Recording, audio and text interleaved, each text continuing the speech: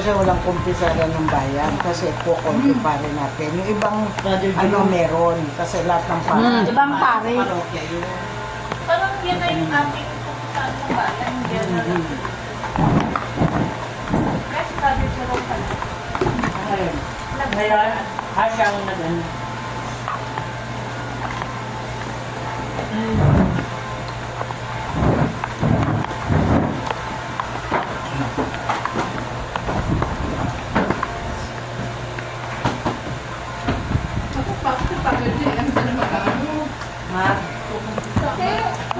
Ayan o si Father Jerome. Si Father ng Jen, kasi na si Father Jen, nag-mas kay Sister Biba. Napaano na yun? Naka-bless na yun. Ang sarap ng ulam namin sinigang na baboy. Hindi ako nakaano.